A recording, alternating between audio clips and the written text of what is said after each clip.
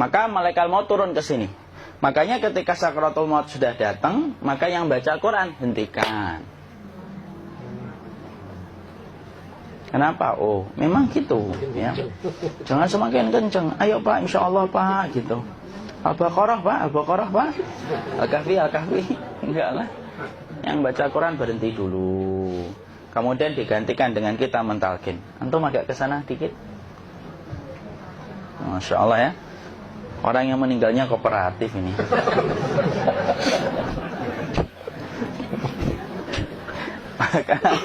maka agak ke sini ya. Maka disunahkan kita untuk mentalkinnya. Nanti ketika mentalkin jangan terlalu sering, jangan terlalu membebani.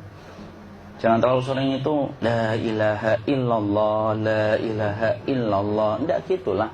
Berat nanti dia ngerasakan. Di situ Imam Qurtubi juga menyampaikan, jangan terlalu sering karena itu memberatkan dadanya. Jadi ketika mentalkin saya sampaikan, boleh diganti atau enggak Ustaz? Enggaklah, talkin itu ibadah. Ibadah itu tauqifiyah. Tauqifiyah itu enggak usah diganti. Karena Rasulullah mengatakan lakinu ala mautakum la ilaha illallah. Talkin orang yang meninggal di antara kalian dengan la ilaha illallah. Enggak usah diganti Allah Ustaz yang lebih singkat, lebih pendek. Enggak usah. Subhanallah Ustaz, enggak usah. Kenapa? Karena talqin sudah ditetapkan ucapannya oleh Nabi, begitulah kita mencontohnya. Jadi tidak usah diganti. Cara mentalqin, jadi kalau keadaan sudah tenang, tolong kalau sudah sakaratul maut jangan ditinggalkan.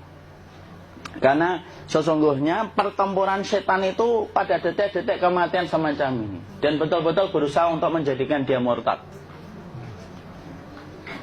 Nanti makanya di situ di buku nanti dibahas kan, pertempuran setan itu sampai detik-detik orang mau mati itu sudah ayo kufur, murtad aja tuh, kamu sakit kan? Nah, itu kayak gitu. Makanya jangan ditinggal. Capek gitu kok nggak meninggal gitu ya. Udah gantian mas. Dan jangan kemudian meninggalkannya. Mangkat dulu gitu. Tidaklah, janganlah. Terus ditampingi terus. Kalau bisa ya sudahlah, berikan waktunya kita untuk sementara waktu itu betul-betul berkhidmah kepada orang yang kita cintai terakhir kalinya. Cara kita kemudian mentalkin adalah, yaitu adalah di sebelah kanannya la ilaha illallah. Biarkan dia mencerna dulu. Tidak usah buru-buru kemudian kita langsung nimpali lagi. Dia mencerna dulu sembari kita doakan, peluk, ya Allah dimudahkan gitu. Kalau ada orang yang bisa ngucapin la ilaha illallah itu siapa yang memberikan itu Ustaz? Yang memberikan kekuatan Allah Pak. Karena ngomong aduh aja sudah tidak mampu.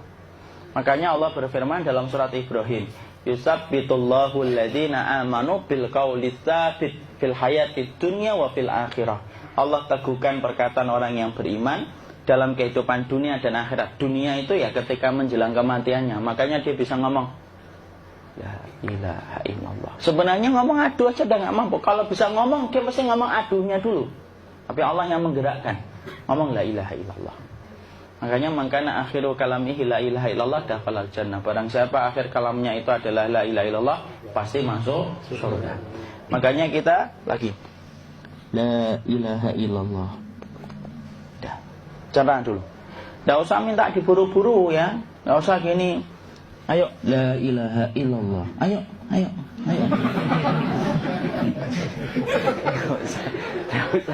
Tidak usah gitu. Ya, biarkan dia pelan-pelan gitu. Ayo tapak, ya Allah capek saya Pak. Enggak usah gitu. Dia ucapkan la ilaha illallah. Kemudian dia mencerna. Lalu kalau dia sudah mengatakan, untuk mengatakan la ilaha illallah. Nah, kalau sudah mengatakan la ilaha illallah, berarti sudah. Tidak usah ditalkin lagi, tidak usah. Belum meninggal juga Ustaz? Tidak apa-apa, biarin aja. Dia di situ aja. Kecuali dia ngomong lagi dan gak usah diajak ngomong alhamdulillah ya Pak, ya Allah gitu. Terus dia jawab alhamdulillah. Itu berarti ucapan terakhirnya alhamdulillah. Atau ketika habis ditalkin la ilaha illallah, dia ngelihat air. Nah, itu berarti ucapan terakhirnya air. Talkin lagi. Nggak usah marah. Aduh Pak minta air. Mau minta air nanti aja dikubur gitu loh. Jangan gitu. Biarin aja. Jangan kemudian setelah la ilaha illallah La ilaha illallah. Terus, ayo tutup, awas ya ngomong lagi ya. Nggak usah gitu juga. Maka kemudian setelah la ilaha illallah sudah, nggak usah diajak ngomong gitu. Terus kemudian nggak usah ada anaknya perempuan, ya Allah Pak, sudah bisa ngomong la ilaha illallah, usah gitu. Cukup dalam hati alhamdulillah gitu. Diam kita dengerin gitu. Disitulah nanti biasanya detik dia terakhir. Dia nanti ngeliat di sini Pak, prosesnya itu nanti kaki langsung sebagian jempol dingin dia. Kaki, telapak kakinya langsung kalau kita geningkan dingin kayak kaki yang kena AC langsung. Kemudian dia langsung ningkup gini, dikit dia, mulai kaku dia. Atau kalau enggak, gini dia. Langsung kayak jatuh, kayak kepala nanti yang paling terakhir. Kepala itu pasti ada gerakannya Pak, ini meninggal itu. Pasti gitu. Pasti gitu. Karena apa? Sudah tidak ada beban ruh yang menahannya. Ya, cabut ya, set pelan, maka kemudian malaikat itu. Tapi tetap sakit lah. Walaupun dikatakan ringan, tetap sakit. Maka kemudian sakit gitu. Ngelewatin sini. Jantung kemudian sudah tidak berfungsi.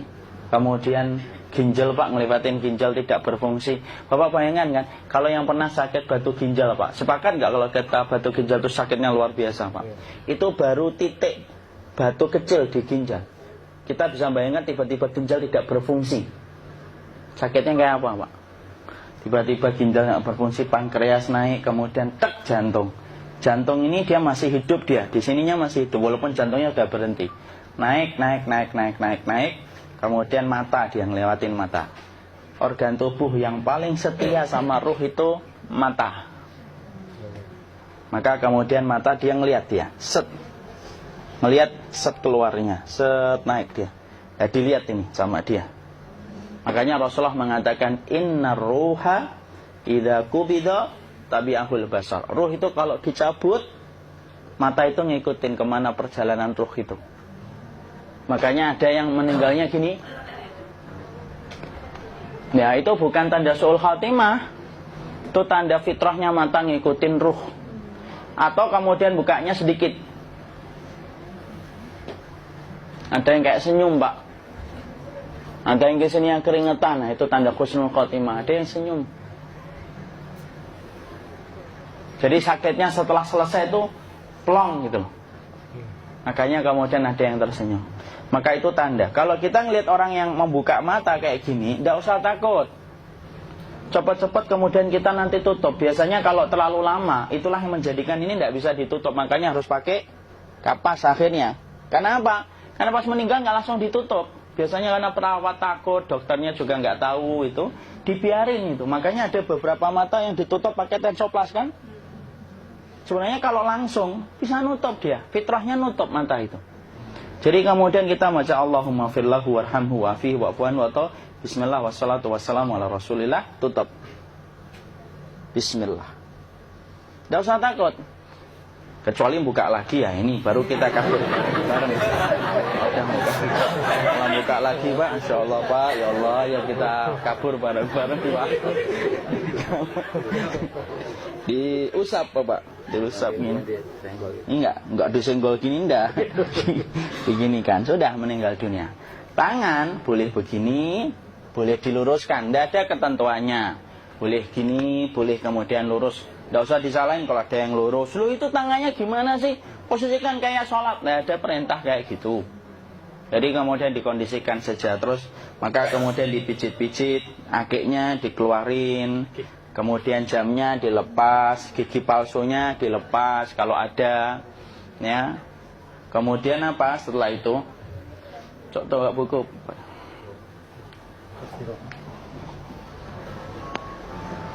Kemudian kalau bisa awal-awal, kemudian taruh buku atau sesuatu yang agak berat di perutnya ketika baru meninggal dunia.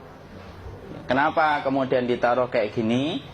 Bukan apa-apa, supaya membantu sisa-sisa pencernaan dia untuk keluar.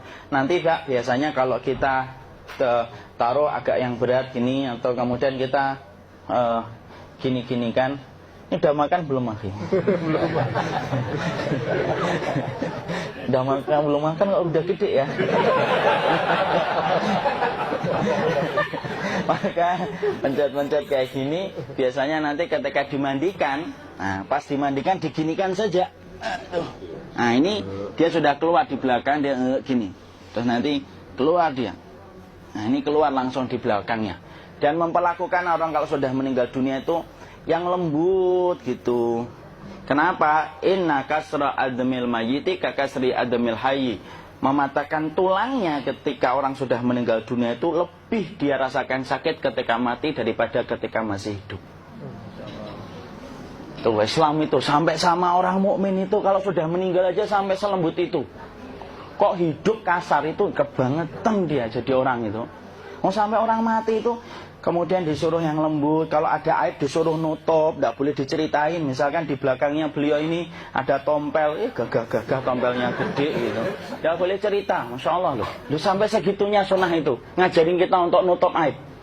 Kalau ada orang belajar sunnah sukanya buka aib, nyari-nyari kesalahan orang, sunnah yang mana dia pelajari itu, saya bingung. Makanya kemudian gini, setelah selesai, maka kemudian tutup dengan kain. Maaf ya, ya. Ya. Nanti kalau nggak kuat napas ngomong ya. Maka ditutup kayak gini, ditempatkan kemudian jangan di tanah, tapi di atas dipan. Karena apa? Syekh Abu Malik Kamal Said Salim dalam Sahih Fikih Sunnah menyampaikan supaya tidak cepat busuk. Dia taruh di atas. Kemudian ditutup pakai kain apa saja, ya, sembari nanti kita mempersiapkan tempat mandinya, tempat kafannya dan yang lain sebagainya. Maka kemudian kalau ada yang datang boleh dibuka. Kemudian kita mencium ininya apa? Kemudian keningnya. Kemudian kita berdoa, nutup lagi kayak Rasulullah ditutup. Kemudian yang datang terakhir itu salah satunya Abu Bakar. Dibuka kemudian beliau, ya Allah ya Rasulullah, engkau adalah orang yang percaya hidup dan matimu, dan tidak mungkin Allah itu mematikan engkau 2 kali ya Rasulullah. Maka kemudian ditutup kembali. Saat itu para sahabat dalam keadaan mendung semuanya. Maka disitulah kita lakukan kayak gini.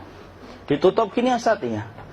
Kasihan tidak bisa nafas, insya Allah tidak butuh nafas lagi. Jadi kemudian kita semacam ini kita persiapkan apa yang bisa kita lakukan.